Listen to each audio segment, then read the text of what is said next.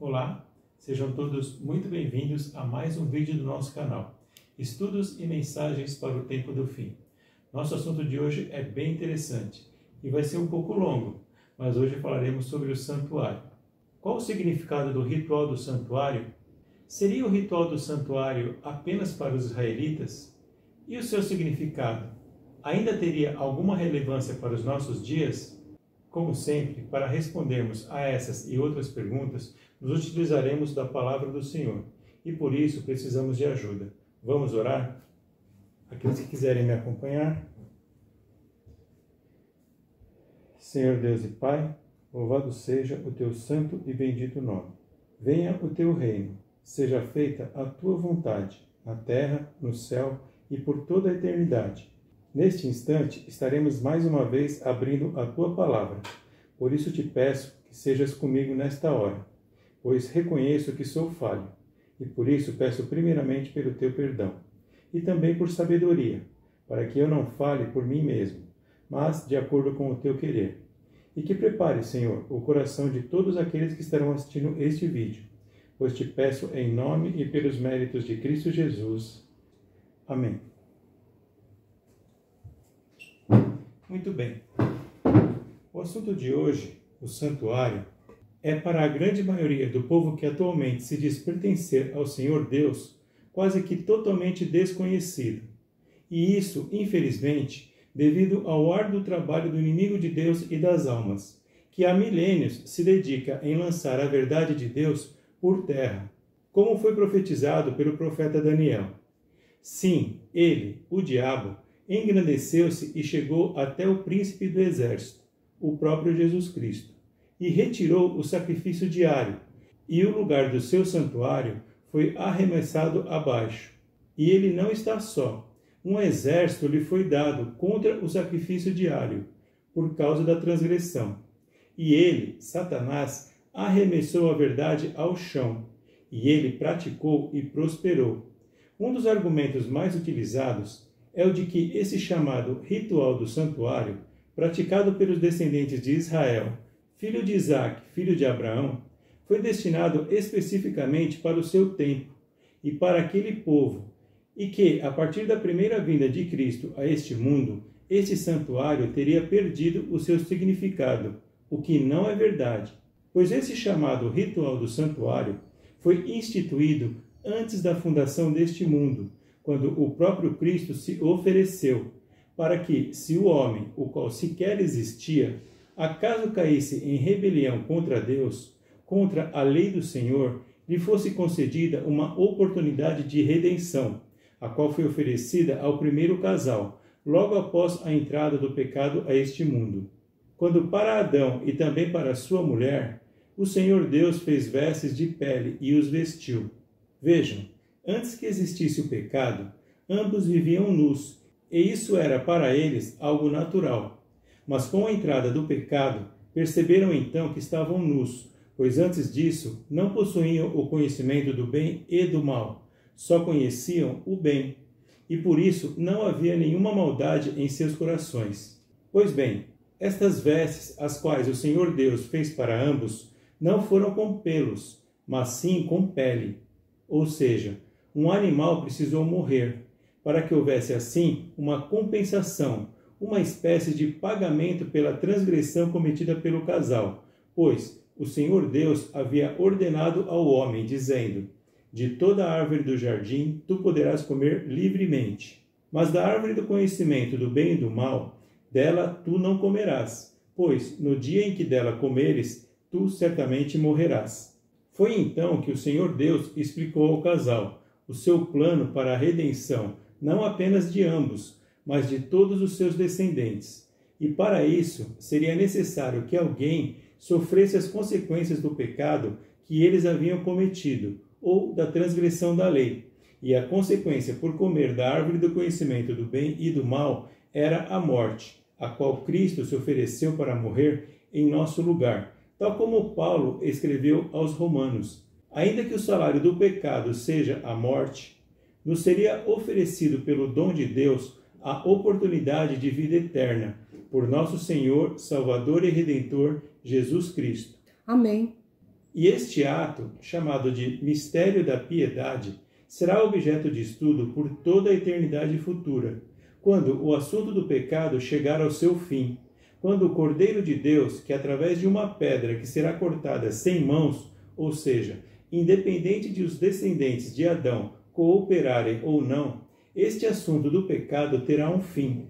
E nós veremos no estudo de hoje que Cristo está realizando esse chamado ritual do santuário neste instante, no céu, morada do Deus vivo, onde existe um santuário, o verdadeiro, do qual Moisés edificou aqui neste mundo apenas uma cópia, em miniatura.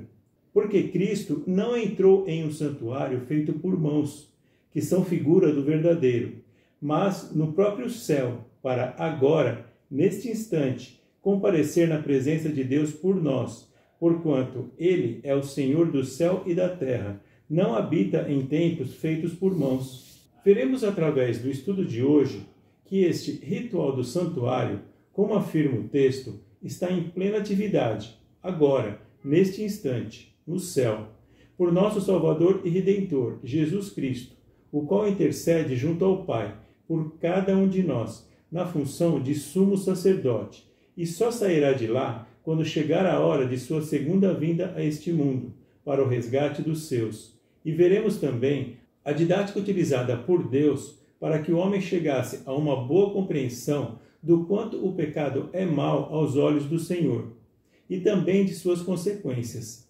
Porquanto, após o fim do pecado e o início de um reino eterno instituído por Cristo, o pecado nunca mais se levantará novamente, por toda a eternidade. Amém. Louvado seja. No livro de Levítico, que significa pertencente aos levitas, filho de Levi, aos quais coube o ministério sacerdotal para o povo de Israel, encontramos as diversas leis quanto às ofertas, sacrifícios, sacerdócio, pureza pessoal, santificação e votos, destinadas a preservar a pureza espiritual, moral e física do povo de Deus, pois o Senhor desejava habitar com este povo. E sendo o Senhor santo, se fazia necessário que o povo se mantivesse puro, para que o Senhor pudesse, assim, habitar com eles, não é mesmo? Pois bem, no capítulo 4 do livro de Levítico, a partir do verso 27, encontramos a seguinte lei sobre oferta pelo pecado. E se uma pessoa comum pecar por ignorância, ou seja, ainda que não tenha conhecimento de que o que fez fosse pecado, fazendo algo contra qualquer um dos mandamentos do Senhor, acerca das coisas que não devem ser feitas, e for culpada, ou se o seu pecado, o qual pecou, vier a seu conhecimento, então ele trará por sua oferta um filhote de entre as cabras, uma fêmea sem defeito, pelo seu pecado que pecou, e colocará a sua mão sobre a cabeça da oferta pelo pecado, e matará a oferta pelo pecado, no lugar da oferta queimada. E o sacerdote tomará do seu sangue com o seu dedo, e o colocará sobre os chifres do altar da oferta queimada, e derramará todo o seu sangue na base do altar. E ele tirará toda a sua gordura, como se tira a gordura do sacrifício da oferta de paz, e o sacerdote a queimará sobre o altar por cheiro suave ao Senhor. E o sacerdote fará expiação por ele, e ele será perdoado. Percebam no verso 29 que o próprio pecador colocava sua mão sobre a cabeça da oferta pelo pecado, ou seja, o pecador colocava sua mão sobre a cabeça do animal e confessava o seu pecado de forma audível, e simbolicamente o pecado era transferido para este animal. Em seguida, o pecador deveria matar este animal com suas próprias mãos. Era assim que se fazia com todos os holocaustos oferecidos, independente do pecado cometido. Agora, imaginemos o Senhor chamando o casal, Adão e sua mulher, para uma conversa franca sobre redenção, e também para os vestir com a pele de um animal. Ou melhor, eu não costumo fazer isso, mas seria bom para uma melhor compreensão. Vamos imaginar a cada um de nós em lugar do casal. Eu vou me colocar no lugar de Adão, e vocês que estão nos assistindo, se quiserem, é claro, se coloquem no lugar de Adão ou de Eva nesse momento. E imaginem o Senhor andando contigo, ali, próximo ao jardim. e explicando sobre a sua lei, a qual é eterna, e que foi criada para servir de proteção, não só para a nossa proteção, mas para uma proteção universal, para que haja harmonia entre todos os seres criados. É válida para todo o universo. E ele, o Senhor, não poderia permitir que qualquer transgressão ficasse sem consequências. Ele é fiel, é verdade, mas precisa ser justo. E por isso, Adão e sua mulher, de acordo com sua lei, precisariam morrer. Mas, como o Senhor os ama muito, os ama com amor ágape, um amor que nós não conseguimos compreender. Ele se oferece para morrer em nosso lugar. Só não seria naquele dia, pois já que veio à existência, era necessário permitir que o pecado se desenvolvesse, a ponto de mostrar todas as suas consequências e a miséria a que podem chegar os que optam a se rebelar contra as leis do Criador, tal como já vemos nos dias de hoje. Então, o Senhor chama também para junto deles um cordeirinho dos que estavam a passear ali por perto, e diz a Adão: Adão, coloque a sua mão sobre a cabeça deste cordeirinho e confessa a sua transgressão. E assim Adão o faz. Até aí não seria tão difícil, não é mesmo? Em seguida, o Senhor diz a Adão: Adão, através deste ato, a sua transgressão foi transferida para este cordeirinho, como também as suas consequências. E vocês agora, com isso, estão livres do pecado. Tenho certeza, Adão deve ter ficado muito feliz. Então o Senhor diz a Adão: Adão, agora é preciso que você tire a vida desse cordeirinho. E Adão, que não sabia o que significava aquilo, pergunta: Como assim, Senhor? O que significa tirar a vida desse cordeirinho?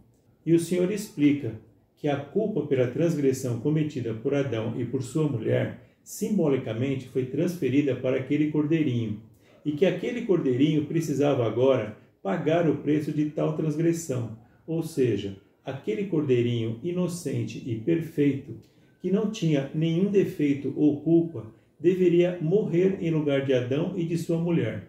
Eu creio que Adão certamente relutou em cometer aquele ato, mas o Senhor lhe explicou novamente que não havia outra forma de salvar a ele e sua mulher, como também a toda a sua descendência, senão assim. E mais, aquele ato era apenas um tipo, uma sombra, do preço que deveria ser pago em um futuro próximo, quando o verdadeiro Cordeiro que tira o pecado do mundo, de fato cumprisse o que ali fora então apenas prefigurado.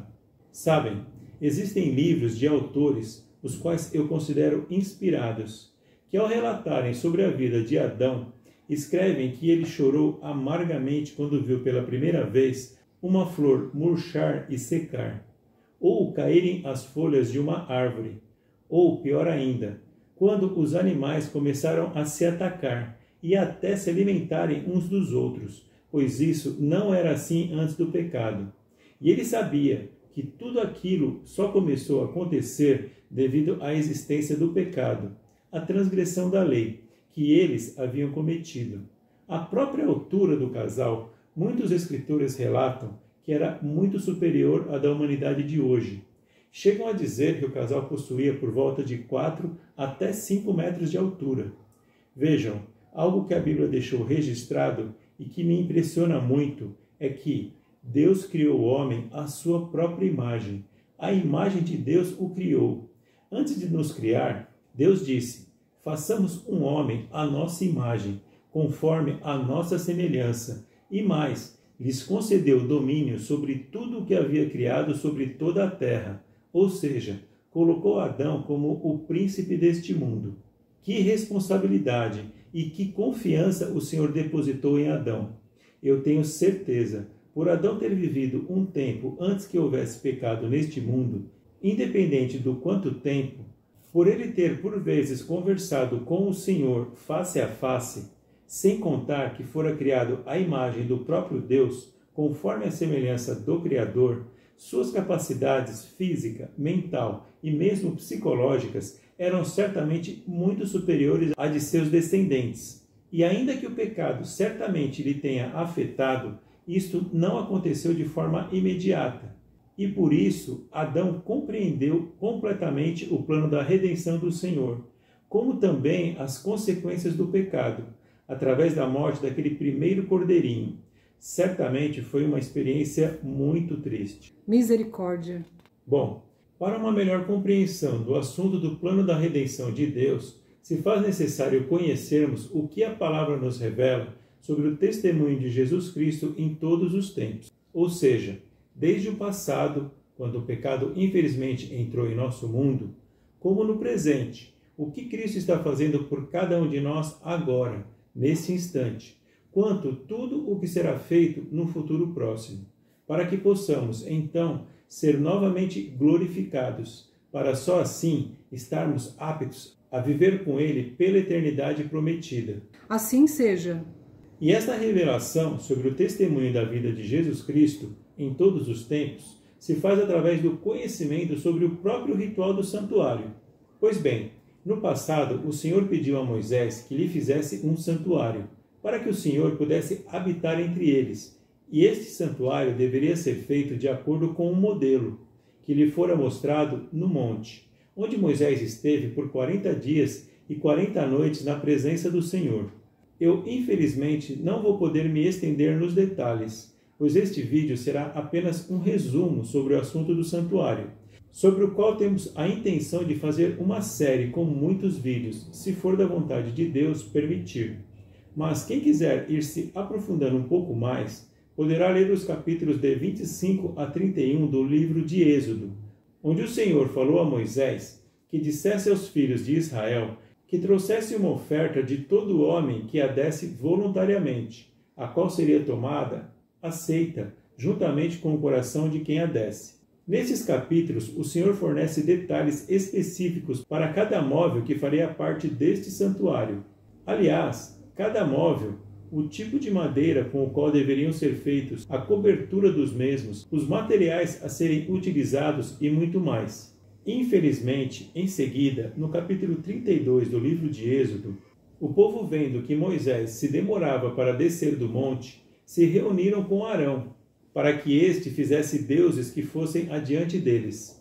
Mas o fato é que o Senhor desejava habitar com o seu povo, pois sabia que ainda demoraria um pouco para que o seu povo fosse habitar com ele no céu. Vejamos através destas ilustrações de que forma era distribuído o santuário edificado por Moisés, para o período em que o povo habitou no deserto. Este primeiro santuário seria móvel, deveria ser desmontado e montado novamente, pelo período em que o povo israelita peregrinou pelo deserto, cerca de 40 anos. Como vocês podem observar, o santuário era composto de 3 partes, com uma cerca em volta, que o separava do acampamento onde estavam espalhadas as tribos de Israel. Dentro desta cerca havia uma parte externa, chamada de pátio, onde haviam 2 móveis: o altar para o holocausto, onde eram queimados os sacrifícios, e uma pia para que os sacerdotes se purificassem. E havia também uma parte coberta com 2 compartimentos. No primeiro, onde os sacerdotes realizavam os trabalhos diários, haviam 3 móveis: uma mesa com os pães da proposição, um candelabro com 7 lâmpadas e o altar de incenso com óleo da unção e incenso aromático de mistura específica. Já o segundo compartimento, chamado de Santíssimo ou Santo dos Santos, o qual era separado do primeiro compartimento apenas por um véu, somente o sumo sacerdote entrava lá, uma vez por ano, no dia da expiação, que ocorria sempre no dia 10 do 7º mês de cada ano. Havia ali a chamada Arca da Aliança, coberta de ouro, dentro da qual estavam as 2 tábuas com os 10 mandamentos entregues pelo Senhor a Moisés, e também uma urna de ouro que continha uma pequena quantidade de maná, o pão que caía do céu, o qual alimentou os israelitas durante a sua jornada no deserto, e também a vara de Arão, que florescera durante uma contenda que ocorreu entre alguns do povo devido a disputas por liderança. Mais detalhes sobre estas disputas podem ser encontrados nos capítulos 16 e 17 do livro de Números. Agora que vimos como era o santuário em sua forma física, vejamos como se realizava o chamado ritual do santuário. No livro de Êxodo, no capítulo 29, nos versos 38 a 42, temos as instruções do Senhor quanto aos sacrifícios diários. Vejamos. Agora, isto é o que oferecerás no altar: 2 cordeiros de 1 ano, cada dia continuamente. 1 cordeiro oferecerás de manhã, e o outro cordeiro oferecerás à tarde. E com 1 cordeiro, a 10ª parte de farinha, misturada com a 4ª parte de 1 hin de óleo batido. E para a oferta de bebida, a 4ª parte de 1 hin de vinho. E o outro cordeiro oferecerás à tarde, e com ele farás conforme a oferta de carne da manhã, e segundo a sua oferta de bebida, para cheiro suave, uma oferta queimada ao Senhor. Isto será uma oferta queimada contínua por vossas gerações, à porta do tabernáculo da congregação, diante do Senhor, onde vos encontrarei para ali falar contigo. Aqui no caso, falar com Moisés. O que precisamos saber sobre esses 2 sacrifícios diários, os quais ocorriam um pela manhã e outro à tarde, é que eles tipificavam, ou seja, eles representavam o próprio Jesus Cristo, que no futuro de seu tempo pagaria o preço de seus pecados, morrendo para isso em uma cruz, o que se consumou no horário exato do sacrifício da tarde. E no livro de Levíticos, no capítulo 23, nos versos de 27 a 31, temos as instruções do Senhor especificamente para o dia da expiação, a qual ocorria uma vez ao ano. E também no 10º dia deste 7º mês será o dia da expiação. Será uma santa convocação para vós, e afligireis as vossas almas, e oferecereis uma oferta feita por fogo ao Senhor. E nesse mesmo dia nenhum trabalho fareis, porque este é o dia da expiação, para fazer expiação por vós perante o Senhor, vosso Deus. Porque qualquer que seja a alma que, nesse mesmo dia, não se afligir, ela será cortada dentre o seu povo. E qualquer que seja a alma que fizer algum trabalho nesse mesmo dia, esta mesma alma eu destruirei dentre o seu povo. Nenhum tipo de trabalho fareis. Isto será um estatuto eterno pelas vossas gerações, em todas as vossas habitações. Esta era a festa que dava fim ao ciclo de cerimônias anuais naqueles dias. Nesta festa, somente o sumo sacerdote, dos descendentes de Arão, o primeiro sumo sacerdote, poderia fazer a purificação do lugar santíssimo, trazendo um novilho para oferta pelo pecado de si mesmo e de sua família, e um carneiro para oferta queimada, e 2 cabritos para oferta pelo pecado da congregação, vestido com uma túnica e calções de linho, cingido com um cinto de linho e também com uma mitra de linho, vestes sagradas, as quais ele as vestiria após se banhar. Neste dia também eram separados e oferecidos 2 bodes, sobre os quais eram lançadas sorte, segundo a tradição da época. Um dos bodes era oferecido ao Senhor, como oferta pelo pecado. Este era sacrificado e seu sangue também era trazido para dentro do véu, no lugar santíssimo, onde era aspergido sobre o propiciatório e perante o propiciatório. Este bode representava o próprio Jesus Cristo e seu sacrifício, com o qual pagaria o preço dos pecados de toda a humanidade. O outro era o bode expiatório, o qual deveria ser apresentado vivo perante o Senhor, após o primeiro bode ser sacrificado, quando o sumo sacerdote colocava ambas as mãos sobre a cabeça deste bode vivo e confessava sobre ele todas as iniquidades dos filhos de Israel e todas as suas transgressões em todos os seus pecados, os quais eram simbolicamente transferidos para este bode, o qual representava o próprio Satanás, para só então ser enviado a um lugar deserto, por mãos de um homem apto, como bode expiatório, sobre o qual recairá as consequências dos pecados de toda a humanidade. Este lugar deserto representa o nosso mundo durante um período de 1000 anos, quando, por ocasião da segunda vinda de Cristo, os salvos que estiverem vivos, juntamente com os salvos que forem ressuscitados, serão levados. E como os que estiverem vivos e não fizerem parte dos salvos, juntamente com os que se perderam e não ressuscitaram, estarão mortos, Satanás ficará preso a este mundo em uma condição em que não terá a quem possa enganar, restando a ele estes 1000 anos de reflexão sobre a sua obra maligna. Neste chamado dia da expiação, todos os pecados que durante todo o ano foram transferidos para o santuário através dos sacrifícios diários, eram então transferidos para o deserto, por intermédio deste bode expiatório. Mais detalhes poderão ser encontrados no capítulo 16 do livro de Levítico. Mas percebam que, apesar do sofrimento suportado por Cristo por cada um de nós em sua paixão, as consequências finais de todos os pecados perdoados, no final de tudo, recairão sobre o próprio Satanás, por ocasião da terceira vinda de Cristo a este mundo.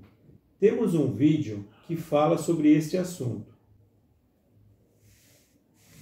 Pois bem, a tradição de nossos dias ensina que a lei foi abolida na cruz. E ainda que isso seja mais para justificar a mudança do quarto mandamento, no entanto, a lei não se resume aos 10 mandamentos. Temos também um outro vídeo que fala sobre os mandamentos de Deus, onde mostramos algumas leis específicas, dentre as quais falamos sobre a lei cerimonial, a qual prefigurava a vida e obra de nosso Senhor e Salvador Jesus Cristo, quando aqui esteve neste mundo em sua primeira vinda. Na verdade, a lei a qual foi cravada na cruz foi esta lei cerimonial, quando Jesus, novamente bradando em alta voz, rendeu o Espírito. E eis que o véu do templo se rasgou em dois, de alto a baixo, e tremeu a terra, e fenderam-se as rochas. Neste instante, com a morte de Cristo e o pagamento pelo resgate ou redenção da raça humana tendo se cumprido, tal como no Salmo 85, no verso 10, a misericórdia e a verdade se encontraram juntas, a justiça e a paz se beijaram. Este foi um instante exato em que Deus, através unicamente dos méritos de Jesus Cristo, se reconciliou com a humanidade caída.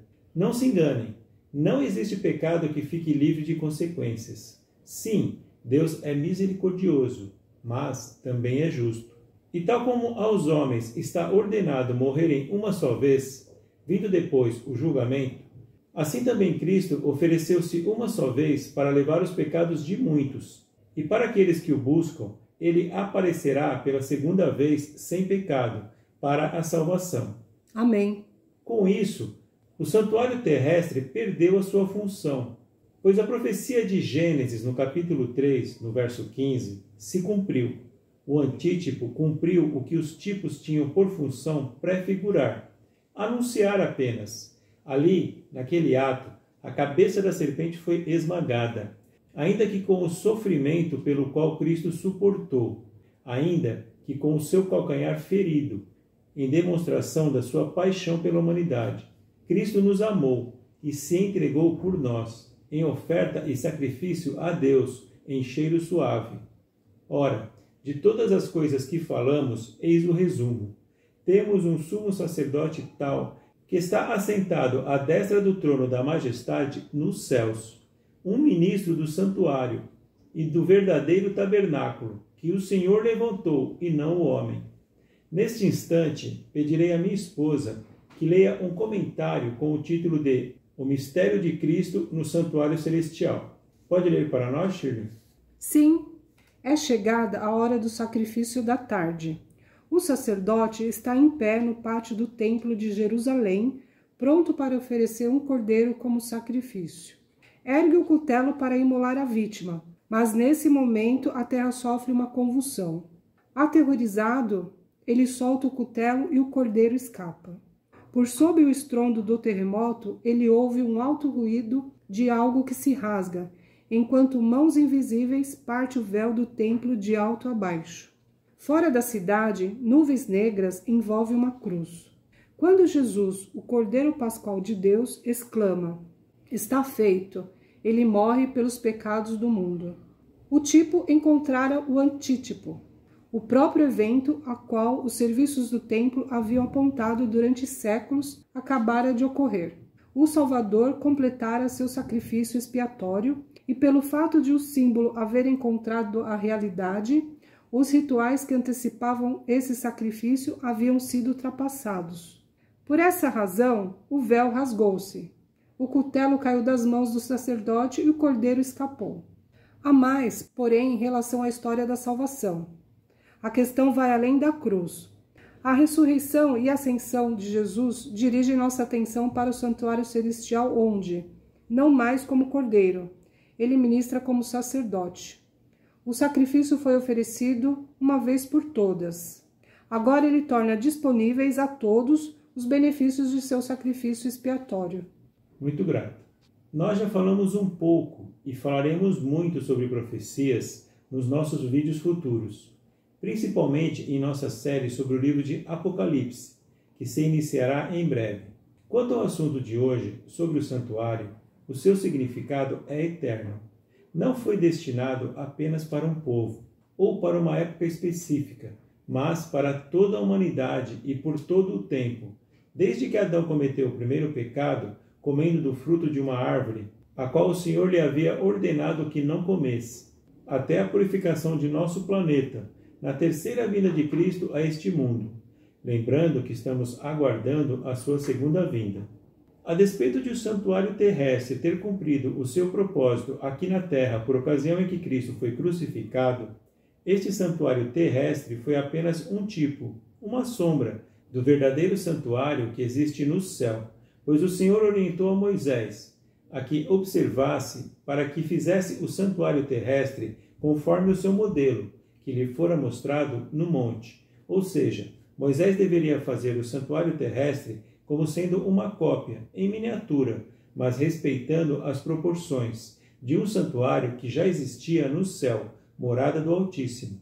No livro de Apocalipse, João afirma que, quando o templo de Deus foi aberto no céu, foi visto no seu templo a arca do seu testamento, ou seja, no céu, no templo de Deus, há uma arca com os seus testamentos, suas leis. Voltando um pouco nas profecias, no ano 34 de nossa era, se cumpriu a profecia das 70 semanas, de Daniel, capítulo 9, verso 24, a qual se iniciou no ano 457 a.C., juntamente com a profecia dos 2.300 dias-anos, de Daniel, capítulo 8, verso 14. Mas o que aconteceria no cumprimento dessa profecia de 70 semanas? Não entrarei em muitos detalhes, pois temos os vídeos da série de Daniel que explicam este assunto. Mas ambas estas profecias se iniciam com a ordem para a reconstrução do templo no ano 457 a.C., pelo rei Artaxerxes I. Estas 70 semanas estão divididas em 3 partes. 7 semanas, as quais correspondem aos 49 anos, período durante o qual o templo foi reconstruído. 62 semanas, período de mais de 400 anos, durante os quais o Senhor ficou em silêncio. Não houveram profetas nesses dias. E 1 semana no final, se iniciando no ano 27 com o batismo de Jesus Cristo. E isso após o profeta João Batista ter sido a voz que clamou a partir do deserto, anunciando a vinda do Salvador. Pois bem, na metade desta última semana, a profecia afirma que o ungido seria cortado, o que aconteceu com a morte de Cristo na cruz. E termina no ano 34 com a chamada rejeição do povo de Israel como nação, após todo o tempo possível lhes ter sido oferecido para que se arrependessem. A partir do ano 34 depois de Cristo, o chamado Evangelho Eterno passaria a ser oferecido e testemunhado também pelos gentios, ou seja, os povos que não eram da descendência de Abraão por genealogia, mas que agora o seriam através da fé.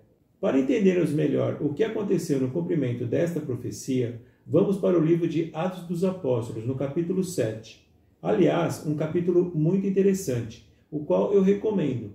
Trata-se de uma transcrição por Estevão da história do povo hebreu desde Abraão, mas que foi interrompida ao ele descrever os que viviam em seus dias, quando, por expor a verdade sobre o mau testemunho dos que ali estavam, isso os levou a apedrejá-lo. Vejamos as últimas palavras de Estevão, enquanto estava por ser morto, nos versos 55 e 56. Mas ele, Estevão, estando cheio do Espírito Santo, e olhando firmemente para o céu, viu a glória de Deus, e Jesus em pé à destra de Deus, e disse: Eis que eu vejo os céus abertos e o Filho do Homem em pé à destra de Deus. Ou seja, a partir deste momento, Jesus se apresenta à direita de Deus, quando a profecia das 70 semanas estava se cumprindo. Qual seria o significado disso? Vejamos novamente a profecia de Daniel, capítulo 9, verso 24. 70 semanas são determinadas sobre o teu povo e sobre a tua santa cidade, para terminar a transgressão e pôr um fim nos pecados, e fazer reconciliação por causa da iniquidade, e trazer a justiça eterna, e selar a visão e profecia, e para ungir o Santíssimo. Ou seja, ao final destas 70 semanas, as quais estavam determinadas sobre o povo de Israel e sua santa cidade, foi o prazo final para que se findassem as transgressões e os pecados daquele povo como nação. Eles tiveram todo o tempo necessário e conhecimento o suficiente para entender o que é pecado e suas consequências, para que com isso o abandonassem e se reconciliassem com Deus. Mas eles rejeitaram todos os profetas anteriores, não ofereceram ao mundo a justiça eterna oferecida pelo Salvador. Pelo contrário, por suas mãos, a visão e a profecia se cumpriu, e ao invés de ungir, abençoar, apoiar o Santíssimo, Jesus Cristo, eles o mataram, o que poderia ter sido feito pelas mãos dos romanos. Mas nem com isso se arrependeram. Mesmo após mais 3 anos e meio, continuavam a perseguir e a matar os profetas de Deus. E tal como o fizeram no passado, também o fizeram com Estevão, o qual foi o primeiro a morrer depois do Mestre. E a partir daí, o Evangelho eterno seria levado ao mundo através do testemunho dos gentios. E para isso, Deus escolheu a Saulo, um perseguidor de cristãos, com o qual Cristo teve um encontro pessoal. Está no capítulo 9 do livro de Atos dos Apóstolos, nos versos de 3 a 5. Vejamos. E, enquanto ele, Saulo, viajava, ao aproximar-se de Damasco, repentinamente brilhou uma luz no céu ao seu redor. E, ele caindo em terra, ouviu uma voz que lhe dizia: Saulo, Saulo, por que tu me persegues? E Saulo disse: Quem és tu, Senhor? E disse o Senhor: Eu sou Jesus, quem tu persegues. Duro é para ti chutar contra os aguilhões. Algumas traduções bíblicas dizem: Duro é para ti recalcitrar, que pode ser traduzido como insistir, teimar, contra os aguilhões, que podem ser entendidos como os planos de Deus. Enquanto que em outras traduções mais recentes, esta frase, dita pelo próprio Jesus Cristo a Saulo, foi simplesmente retirada. Interessante, não é mesmo? Mas, acredito que todos conhecem essa história. A partir daí, o Senhor mostrou a Saulo que em sua luta, ainda que em seu coração cresce sinceramente que fazia a vontade de Deus, estava enganado. Jesus, nesse ato, se revelou a Saulo e o trouxe para o seu lado. Alguém que, apesar de acreditar que estava fazendo o que é certo em perseguir os cristãos, tinha um coração sincero, mesmo estando sinceramente enganado, mas que desejava cooperar com a obra do Senhor. E foi através agora de Paulo, o qual teve o seu nome mudado pelo Senhor, que muitas igrejas foram plantadas em muitos lugares onde não havia o conhecimento do Evangelho eterno. Mas o ponto que desejo ressaltar no cumprimento desta profecia das 70 semanas, a qual se cumpriu durante o apedrejamento de Estevão, é que, nesta visão, Estevão, estando cheio do Espírito Santo, olhando firmemente para o céu, viu a glória de Deus e Jesus em pé à destra, ou seja, à direita de Deus, e disse: Eis que eu vejo os céus abertos, e o Filho do Homem em pé à direita de Deus. Ou seja, o Filho do Homem, um descendente do homem, Adão, o próprio Jesus Cristo, o qual esmagaria a cabeça da serpente, tendo cumprido a profecia e pago o preço pelos pecados da humanidade, estava em pé à direita de Deus, e a partir de então agiria como o braço direito de Deus. E o que isso significa? Bom, para que possamos entender, vou precisar citar mais 2 textos bíblicos que se interligam entre si. O primeiro está em Daniel, no capítulo 5, nos versos de 24 a 29. E o segundo está em Apocalipse, no capítulo 14, no verso 8. Vou deixar os textos aqui à disposição e dizer o que se encontra relatado na história. Pois bem, apesar de o texto chamar Belsazzar de rei, ele não reinava sozinho. O governo de Babilônia se fazia em regime de corregência entre Belsazzar e seu pai Nabonido, tanto que o rei Belsazzar ofereceu a quem traduzisse o escrito na parede o 3º lugar no reino, pois seu pai era o primeiro e ele era o segundo. Voltando um pouco na história, Ciro, o rei da Pérsia, dominou a Média e em seguida venceu a Creso, rei da Lídia, o qual foi famoso pela sua grande riqueza. Com isso, foi se fortalecendo e conquistando outras nações, e resolveu então atacar a Babilônia.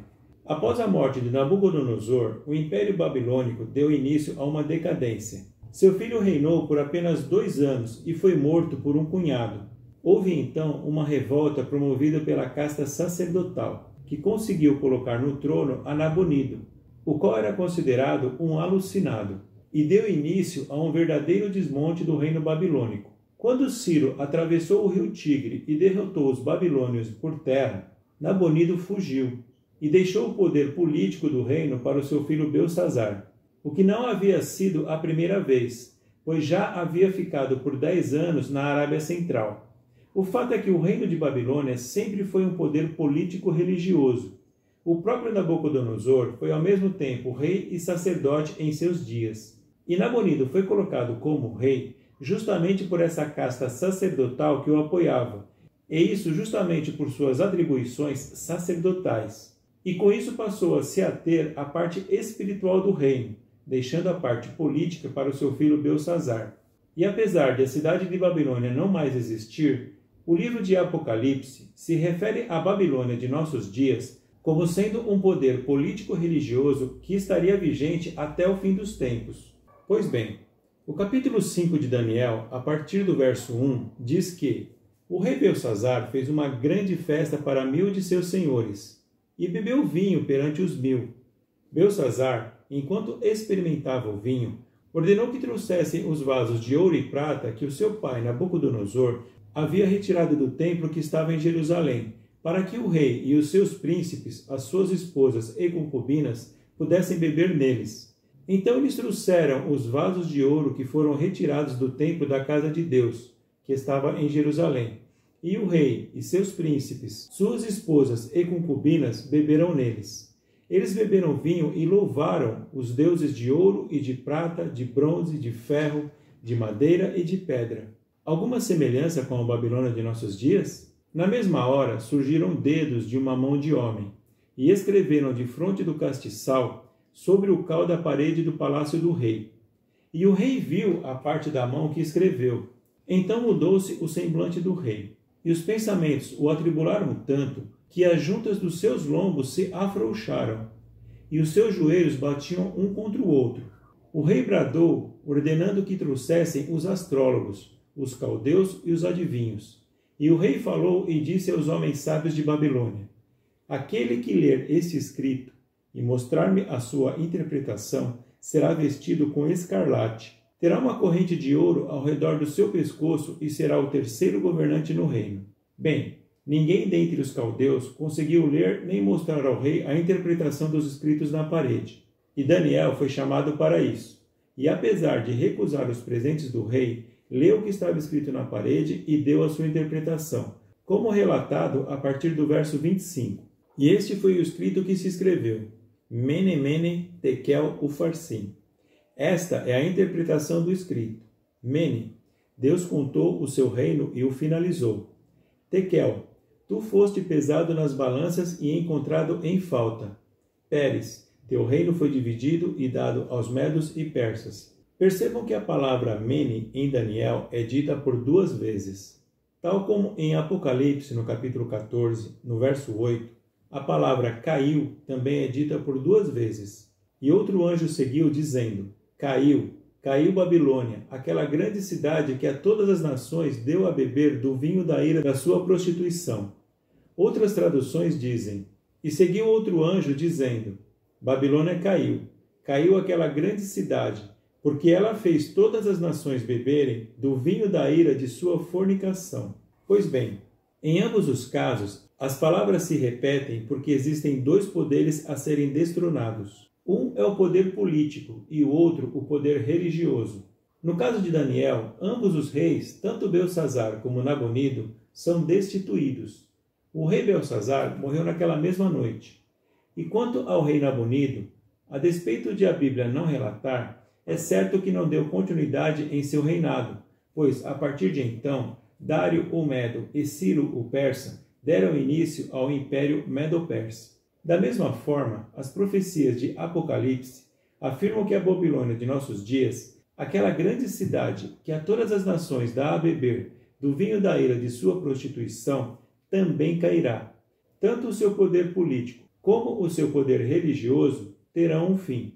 E os reis da terra, que cometeram fornicação e viveram deliciosamente com ela, chorarão e lamentarão por ela, quando virem a fumaça do seu incêndio, ficando de longe. Por medo de sua tormenta, dizem: ai, ai daquela grande cidade de Babilônia, aquela poderosa cidade. 2 ais, 2 quedas, política e religiosa. Porque em uma hora chegou o teu juízo. Então, o reino e domínio e a grandeza do reino, sob todo o céu, serão dados ao povo dos santos do Altíssimo, cujo reino é um reino eterno, e todos os domínios o servirão e obedecerão. Amém. A partir de então, o Senhor, como Rei dos Reis, mas também como sacerdote, dará início ao seu governo, uma teocracia, onde a lei é fundamentada no amor e na liberdade. Mas para que isso seja possível, se faz necessário a purificação do santuário, que está se realizando neste instante, no céu, morada do Altíssimo, a qual se iniciou no ano de 1844, quando se cumpriu a última profecia com data. Já partindo para a última parte de nossas considerações de hoje, vamos estudar um pouco a profecia dos 2300 dias-anos, que se encontra no capítulo 8 do livro de Daniel, no verso 14. O capítulo 8 do livro de Daniel relata uma visão, a qual Daniel teve no 3º ano do reinado do rei Belsazar, próximo ao rio Ulaí, quando estava no palácio em Suzã, que ficava na província de Elão. Nesta visão, a qual descrevia conflitos políticos entre os reinos deste mundo, mas falava também sobre uma batalha espiritual entre Cristo e Satanás, Daniel ouve uma conversa entre 2 santos, em que um santo pergunta ao outro: até quando será a visão concernente ao sacrifício diário e à transgressão da desolação, para dar tanto o santuário quanto o exército para serem pisoteados? Ao que alguém diz a Daniel: até 2300 dias, então o santuário será purificado. Bom, são tantos os detalhes a serem ditos a respeito de quando ocorreu o cumprimento desta profecia, tanto que estamos planejando uma série com não poucos vídeos, para poder detalhar este tão importante assunto. Por ora, vamos ler e procurar entender de uma forma simples o que a profecia diz. A profecia diz: até 2300 dias, então o santuário será purificado. Algumas traduções dizem: até 2300 tardes e manhãs e o santuário será purificado, o que não poderia estar correto, pois se trata de uma visão ou profecia, e sendo assim, cada dia se refere a um ano. Se acaso fossem tardes e manhãs, como no capítulo 1 do livro de Gênesis, se trataria de um dia literal, como foram os dias da criação deste mundo, entendem? Mas, na conversa entre os 2 santos, um santo pergunta ao outro: até quando seria a visão relativa ao sacrifício diário e à transgressão da desolação, para dar tanto o santuário quanto o exército para serem pisoteados? Bem, para entendermos melhor, vou precisar citar uma outra profecia, da qual também não entrarei em detalhes, para não nos estendermos muito por agora. Trata-se da profecia de um tempo e tempos e a divisão de tempo, ou 3 anos e meio, ou 42 meses, ou ainda 1260 dias, a qual se iniciou no ano 538 d.C. e terminou no ano 1798 d.C., período conhecido como a Idade Média, durante o qual cada móvel do santuário com o seu significado foi sendo derrubado e substituído por apostasias. E foi também neste período que os santos do Altíssimo foram mais cruelmente perseguidos e mortos, das maneiras mais cruéis as quais sequer podemos imaginar. E também o próprio sacrifício de Cristo pela humanidade, descrito através do ritual do santuário, teve o seu conhecimento negado para o mundo de então. Mas foi a partir do século XV que as chamadas 2 testemunhas, as quais andaram vestidas de saco de crina durante esses 1260 dias-anos, ou seja, o Antigo e o Novo Testamento, a própria Bíblia, que estivera acorrentada, pois estava traduzida apenas para o latim, e sendo a sua leitura proibida, começou a ser traduzida para todas as línguas. O primeiro a traduzir algumas porções da Bíblia para o inglês foi John Wycliffe. Depois dele, William Tyndale foi quem traduziu toda a Bíblia para o inglês, enquanto que Martinho Lutero foi aos poucos a traduzindo para o alemão. E outros personagens foram sendo utilizados pelo Senhor para a tradução em outras línguas na Europa, permitindo assim que o mundo inteiro pudesse novamente voltar a ter acesso à palavra do Senhor, e assim conhecerem as verdades que nos libertam. O conhecimento da palavra do Senhor se fazia necessário para que, a partir dela, todos pudessem ter o conhecimento do próprio Deus, como também do seu amor, sua graça, sua misericórdia, sua lei, seus mandamentos, ordenanças e estatutos, seu plano para a redenção da humanidade, suas profecias, enfim, tudo isso e muito mais, o que só seria possível pela revelação que há nas Escrituras Sagradas. A partir de então, os móveis do santuário seriam todos novamente levantados, juntamente com o seu significado. Vou comentar de forma muito rápida, somente o primeiro móvel que foi levantado. Mais detalhes, como também todos os outros móveis, com os seus significados, veremos na série que faremos, se for da vontade do Senhor permitir. O primeiro móvel a ser levantado foi o altar de sacrifício, o qual era o primeiro móvel que ficava logo após a cortina de entrada para o santuário edificado por Moisés, no chamado Pátio do Santuário. E o seu significado é a própria essência do Evangelho Eterno, o plano da redenção de Deus para a humanidade caída, pois representa o sacrifício de Cristo por cada um de nós. Este móvel foi levantado pelo monge Martinho Lutero, na Alemanha do século XVI. A partir do momento em que a palavra de Deus foi sendo traduzida e disponibilizada aos chamados leigos, os que não faziam parte do sacerdócio da Igreja Romana, deu-se início ao que a história chamou de Reforma Protestante. Foi quando começaram a surgir outras denominações contrárias às doutrinas desta Igreja Romana. A primeira delas foi a Igreja Luterana, iniciada pelo próprio Martinho Lutero. Lutero foi um verdadeiro instrumento nas mãos de Deus para a obra da Reforma Protestante. Foi um homem zeloso, firme e dedicado, que tinha sede de conhecimento, mesmo sendo de origem humilde. Seu pai foi um homem temente a Deus, que trabalhava como mineiro na Alemanha e com muito sacrifício buscava os recursos necessários para a educação dos filhos. Era o seu desejo que Lutero fosse um advogado. A história relata que houve um dia, durante uma visita à biblioteca da universidade, quando Lutero encontrou um exemplar da Bíblia Latina. Bem, para descrever os acontecimentos históricos a seguir, vou me utilizar das palavras de uma escritora americana do século XIX, Ellen White, em seu livro A Grande Controvérsia, o qual eu me proponho a enviar gratuitamente a quem o solicitar através do WhatsApp que se encontra abaixo da capa do livro, bastando para isso me enviar o seu nome e endereço. Combinado? Vamos às considerações da autora sobre a vida e obra de Martinho Lutero. Poderia ler para nós, Mateus? Sim.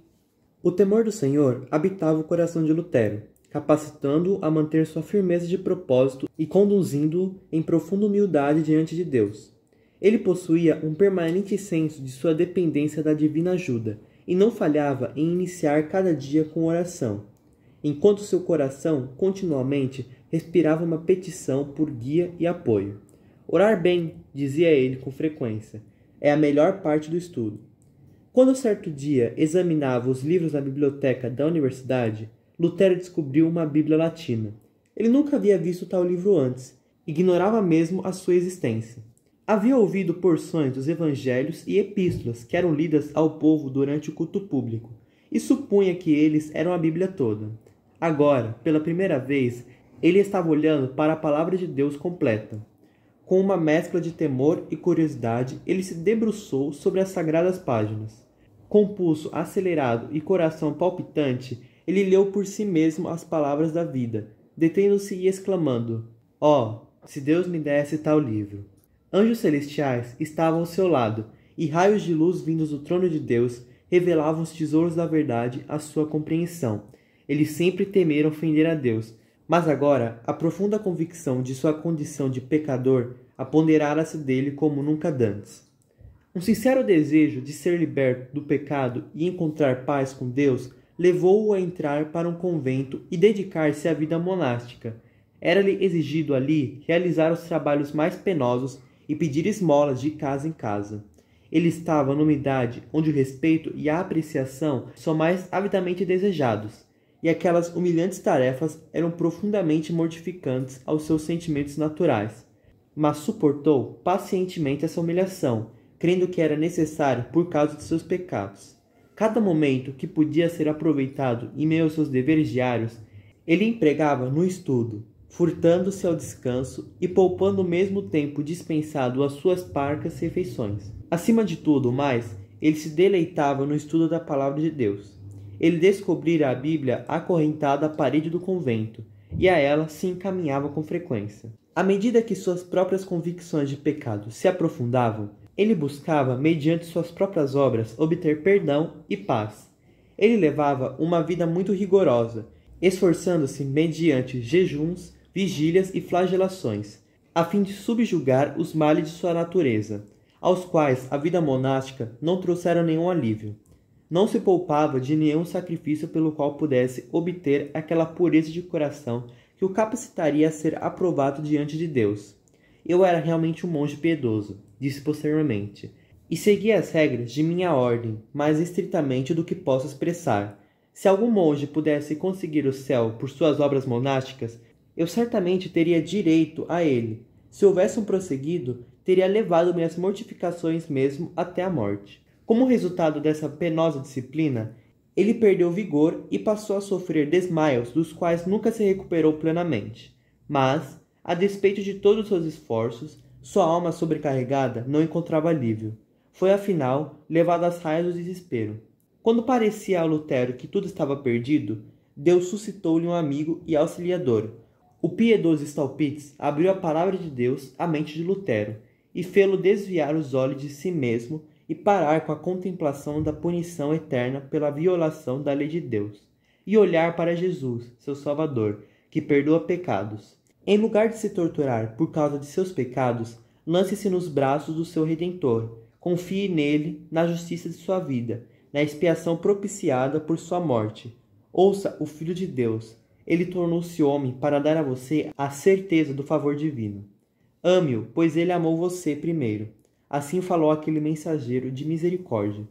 Suas palavras fizeram profunda impressão na mente de Lutero.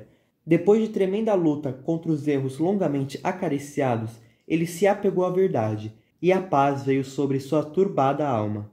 Lutero foi ordenado sacerdote e foi chamado do convento para o magistério na Universidade de Wittenberg. Ali ele se aplicou aos estudos das Escrituras nas línguas originais. Começou a fazer palestras sobre a Bíblia. O livro de Salmos, os Evangelhos e as Epístolas foram abertas à compreensão das multidões de deleitados ouvintes. Staupitz, seu amigo e superior, instou com ele para que subisse ao púlpito e pregasse a palavra de Deus. Lutero hesitou, sentindo-se indigno de falar ao povo em lugar de Cristo. Foi uma longa luta antes de ele atender às solicitações dos amigos. Lutero já era poderoso nas Escrituras, e a graça de Deus repousava sobre ele. Sua eloquência cativava os ouvintes, e a clareza e poder com que apresentava a verdade penetrava e persuadia sua compreensão. O fervor do monge tocava-lhes o coração. Lutero ainda era um verdadeiro filho da Igreja Papal, e não pensava que seria qualquer outra coisa. Na providência de Deus, ele foi levado a visitar Roma. Fez essa jornada a pé, alojando-se nos monastérios pelo caminho. No convento italiano, ele se maravilhou com a riqueza, magnificência e luxo que testemunhou. Favorecidos pela magnífica renda, os monges viviam em esplêndidos apartamentos, adornando-se com as mais ricas e custosas roupas, e banqueteando-se em mesas suntuosas. Com penosas preocupações, Lutero constatava essa cena com abnegação e dureza de sua própria vida. Sua mente ficou perplexa. Finalmente ele contemplou à distância a cidade das 7 colinas. Com profunda emoção, ele se prostrou em terra, exclamando: Santa Roma, eu te saúdo. Ele entrou na cidade, visitou as igrejas, ouviu as maravilhosas histórias repetidas pelos padres e monges, e cumpriu todas as cerimônias exigidas.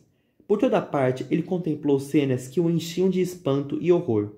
Ele viu que existia iniquidade em todas as classes do clero. Ele ouviu piadas indecentes proferidas pelos prelados e ficou horrorizado diante de sua terrível profanação, mesmo durante a missa. Enquanto se misturava com os monges e cidadãos, Lutero testemunhou dissipação e sensualidade. Para onde se voltasse, em lugar de santidade, ele encontrava profanação. É incrível, escreveu, que pecados e atrocidades são cometidos em Roma. Eles precisam ser vistos e ouvidos para serem cridos. Por isso que se costuma dizer, se há um inferno, Roma está construída sobre ele. Ela é um abismo de onde todos os pecados procedem. Por decreto recente, fora prometido pelo Papa uma indulgência a todos que subissem de joelhos à escadaria de Pilatos, que se dizia haver sido descida por nosso Salvador, ao deixar o tribunal romano e transportada miraculosamente de Jerusalém para Roma. Lutero estava certo dia subindo devotamente esses degraus, quando ouviu subitamente uma voz semelhante a um trovão, que lhe disse: "O justo viverá pela fé." Ergueu-se num salto e apressou-se a sair do local, envergonhado e horrorizado. Esse texto bíblico nunca perdeu sua força sobre a alma do monge alemão. Desde então, ele passou a ver mais claramente do que antes a falácia de confiar nas obras humanas para a salvação e a necessidade de constante fé nos méritos de Cristo. Seus olhos haviam sido abertos para os enganos do papado e nunca mais se fechariam. Quando voltou as costas para Roma, ele também o fez em seu coração, e desde aquele tempo a separação cresceu muito, até o corte de toda a ligação com a Igreja Papal. Após seu retorno de Roma, Lutero recebeu o grau de doutor na Universidade de Wittenberg. Agora ele estava livre para se dedicar como nunca dantes às escrituras que tanto amava. Ele havia feito o solene voto de estudar cuidadosamente e pregar com fidelidade a palavra de Deus, e não os ditos e doutrinas dos papas todos os dias de sua vida. Não era mais um simples monge ou professor, mas um autorizado arauto da Bíblia. Havia sido chamado como pastor para alimentar o rebanho de Deus, que estava faminto e sedento pela verdade. Ele declarava firmemente que os cristãos não deveriam receber outras doutrinas senão aquelas que repousavam sobre a autoridade das Sagradas Escrituras. Essas palavras assolaram o próprio fundamento da supremacia papal. Elas continham o princípio vital da reforma. Obrigado. Perceba que nós demos aqui um destaque para a frase bíblica: "O justo viverá pela fé", a qual resume a essência do Evangelho eterno, pois se trata de uma fé genuína naquele que de fato liberta, não somente do pecado, mas também do engano que nos escraviza. Só esta frase, isoladamente, já seria assunto suficiente para um estudo bíblico. No entanto, precisamos finalizar o assunto de hoje, não é mesmo? A Lutero, o Senhor concedeu uma plena compreensão sobre o livro de Romanos, no qual o apóstolo Paulo nos revela, através de uma exposição teológica sobre a salvação e a doutrina da justificação, por meio da fé somente em Jesus Cristo, aquele que nos concede esta salvação através da graça. O resultado do pecado em nossa vida traz a separação de Deus, e a salvação ou reconciliação somente estará disponível através da fé no Filho de Deus, Jesus Cristo.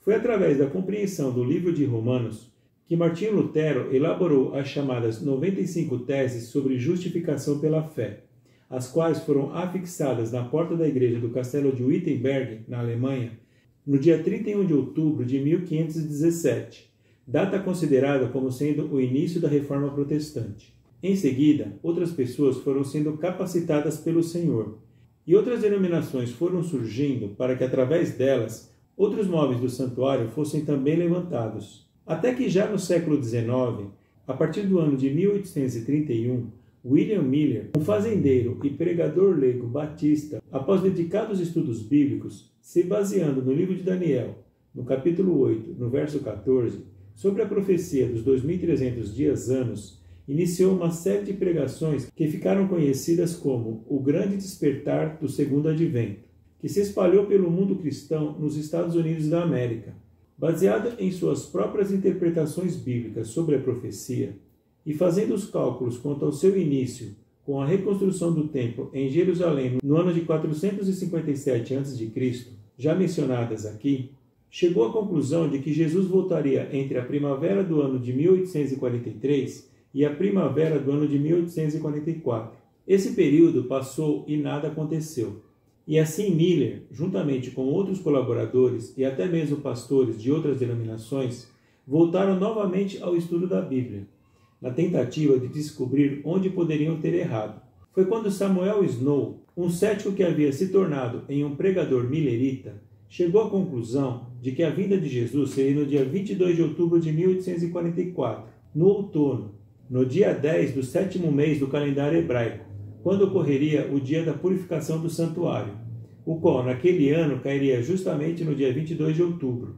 Quando esta data passou e Jesus não voltou, os cristãos daquela época experimentaram o que ficou conhecido como o Grande Desapontamento. No entanto, no ano de 1844, quase todos os móveis do santuário já estavam novamente de pé. E mesmo com a maioria dos cristãos, os quais passaram pelo chamado desapontamento, tendo se desanimado da fé, alguns poucos se voltaram novamente para a Bíblia e encontraram no texto de Apocalipse, no capítulo 10, onde o próprio autor do livro, o apóstolo João, vai até um anjo, o qual se trata do próprio Jesus Cristo, e a pedido de uma voz que vinha do céu, pede ao anjo um pequeno livro, e ao recebê-lo ouve as palavras de Cristo: toma-o e come-o, e ele fará teu ventre amargo, mas em tua boca será doce como mel. João então toma o pequeno livro da mão do anjo e o come, e ele foi na sua boca doce como mel. Mas, assim que ele terminou de comê-lo, seu ventre ficou amargo. E foi então que Cristo lhe disse: tu deves profetizar novamente, diante de muitos povos e nações e línguas e reis. Pois bem, este foi o texto que renovou as esperanças daqueles que optaram por buscar nas Escrituras o que havia realmente acontecido. Qual seria o verdadeiro significado da profecia dos 2300 dias-anos? Foi então que lhes foi revelado o que a João não foi permitido escrever, quando ouviu os 7 trovões proferirem suas vozes, relatadas nos versos 3 e 4, mas que a pedido de uma voz do céu, essas coisas deveriam ser seladas. Vejamos, o que pode ser mais doce do que ouvir que Jesus está voltando em poucos dias? Por outro lado, o que pode ser mais amargo do que o desapontamento que viveram por Jesus não ter voltado? E após compreenderem o que na boca fora doce como mel e o que se tornou amargo no ventre, em espírito de mansidão, deixando para trás toda mágoa e tristeza, decidiram por continuar a obra, de profetizar novamente diante de muitos povos e nações e línguas e reis. E após mais estudos, sempre em espírito de oração, chegaram à conclusão de que, apesar de o evento da segunda vinda de Cristo a este mundo estar errado, uma profecia se cumpriu naquela data. O que seria?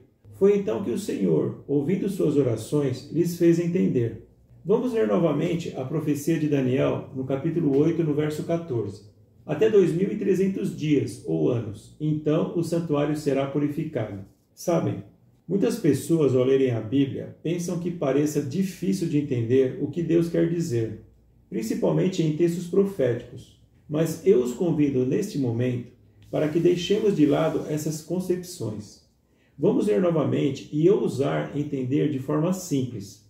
O texto tem 2 partes, até 2300 dias. Como se trata de uma profecia, sabendo que esses 2300 dias se referem a 2300 anos. Tudo tranquilo até aqui? Espero que sim. E para sabermos quando ocorreu o cumprimento dessa profecia, precisamos saber quando se inicia os 2300 anos, certo? E nós já vimos também, nos textos aqui apresentados, que o início dessa profecia se iniciou no ano 457 a.C., com a ordem para a edificação do templo e da cidade de Jerusalém, incluindo seus muros. E, portanto, o seu cumprimento seria mesmo no ano de 1844.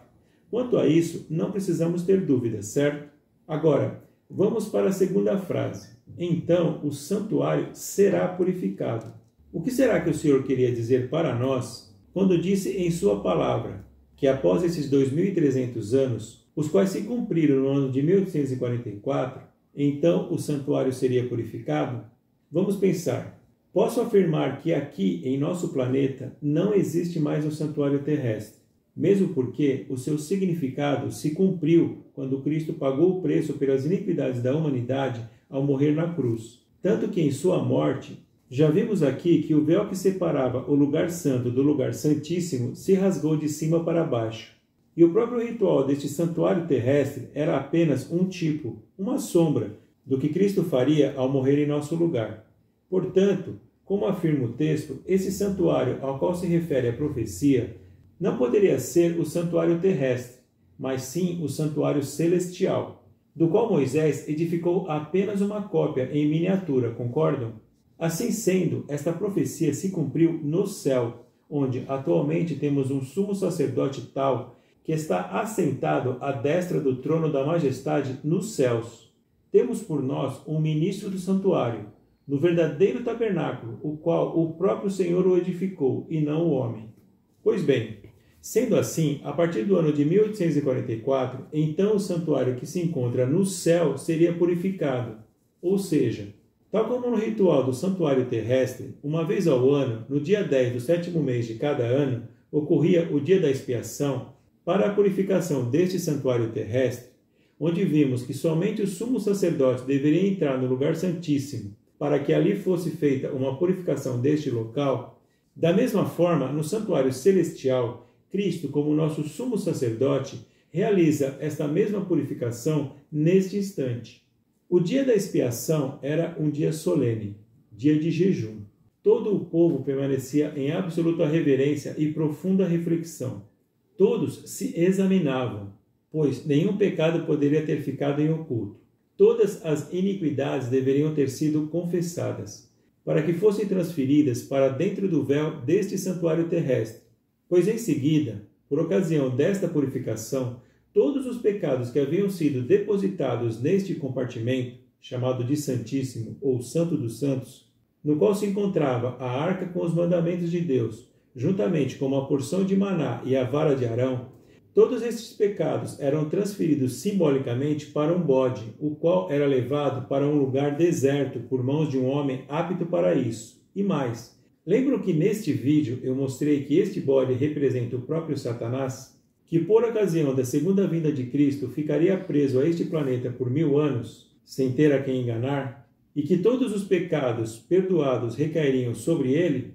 Muito bem, após todas essas considerações, levando em conta todos os textos aqui citados, nos utilizaremos de uma interpretação escatológica historicista, ou seja, o cumprimento das profecias ocorrendo em paralelo com os acontecimentos históricos, entendendo e respeitando, é claro, aqueles que frequentam denominações que interpretam as profecias bíblicas através de contextos futuristas, preteristas ou dispensacionalistas. Historicamente, no ano 34 de nossa era, quando se cumpriu a profecia das 70 semanas, Cristo, tal como na visão de Estevão, e também como afirma o livro aos Hebreus, se assentou à destra ou à direita do trono da majestade dos céus, como sumo sacerdote, um ministro do santuário e do verdadeiro tabernáculo, que o Senhor levantou e não o homem. E isso no céu, é claro. Ou seja, a partir do ano 34 até o ano 1844, durante 1810 anos, Cristo atuou, ainda que como sumo sacerdote, no lugar santo, na função de sacerdote, ou como afirmam alguns, na função de advogado, em defesa dos filhos pecadores. Mas a partir do ano 1844, conforme afirma a profecia dos 2300 anos, o santuário seria purificado, deixando claro que, vejam, prestem muita atenção, pois este é o significado do cumprimento da profecia de 2300 dias-anos. Jesus passou do lugar santo para o lugar santíssimo, onde só poderia atuar como sumo sacerdote, ou como afirmam alguns, agora na função de juiz, ainda em defesa dos filhos pecadores, mas agora, além de defender, decidindo o destino de cada um, a começar por Adão, Eva, Caim, Abel e assim por diante, até chegar em nós, os vivos, e de onde só sairá quando vier buscar os salvos, em sua chamada segunda vinda a este mundo. Agora, é importante sabermos que em nossos dias, apesar de a cidade de Babilônia em sua forma física não mais existir, existe sim uma Babilônia espiritual, uma grande cidade que dá a todas as outras nações beberem do vinho da ira da sua fornicação. E os reis da terra cometem fornicação com ela, e os mercadores da terra se enriquecem através da abundância de suas iguarias.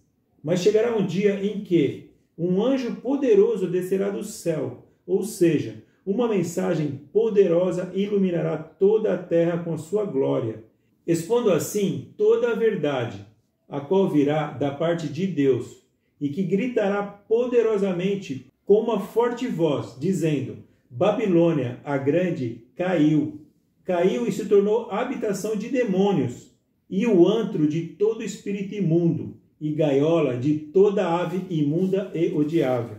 Sim, pessoas de todas as nações, os reis da terra e os mercadores que se beneficiaram da abundância de suas delícias.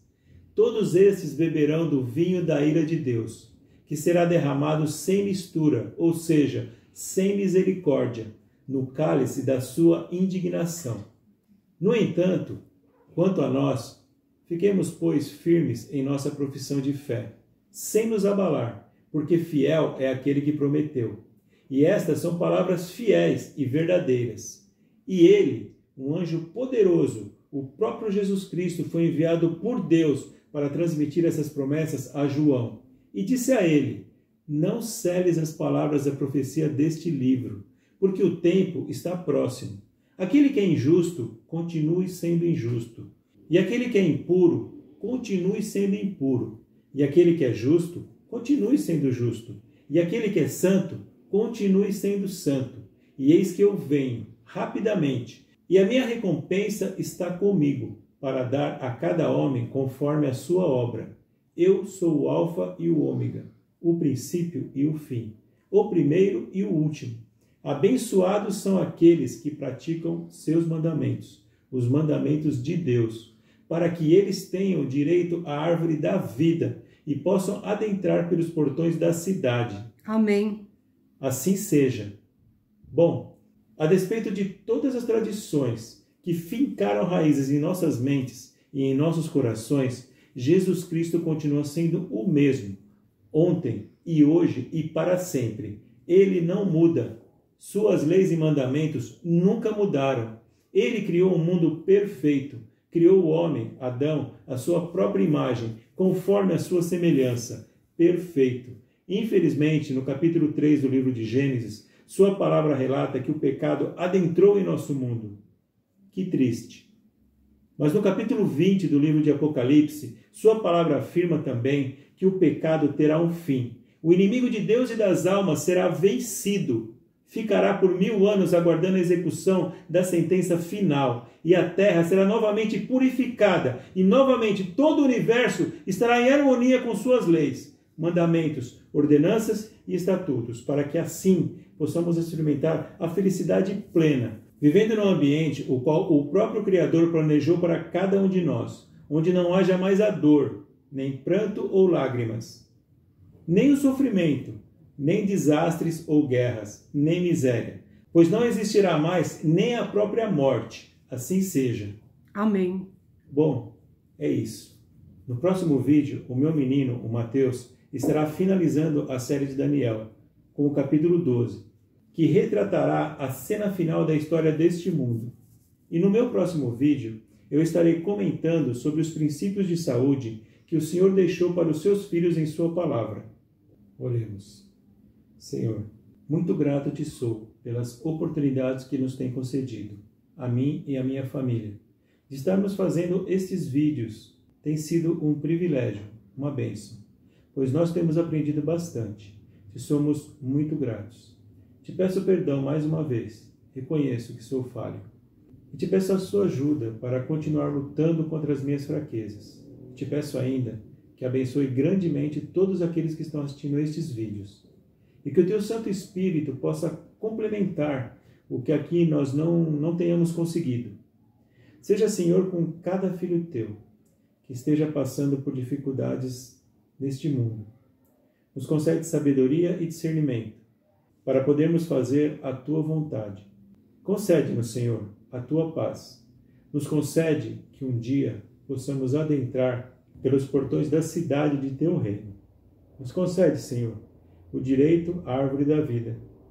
Não somos dignos, mas te pedimos pelos méritos de Cristo Jesus. Amém.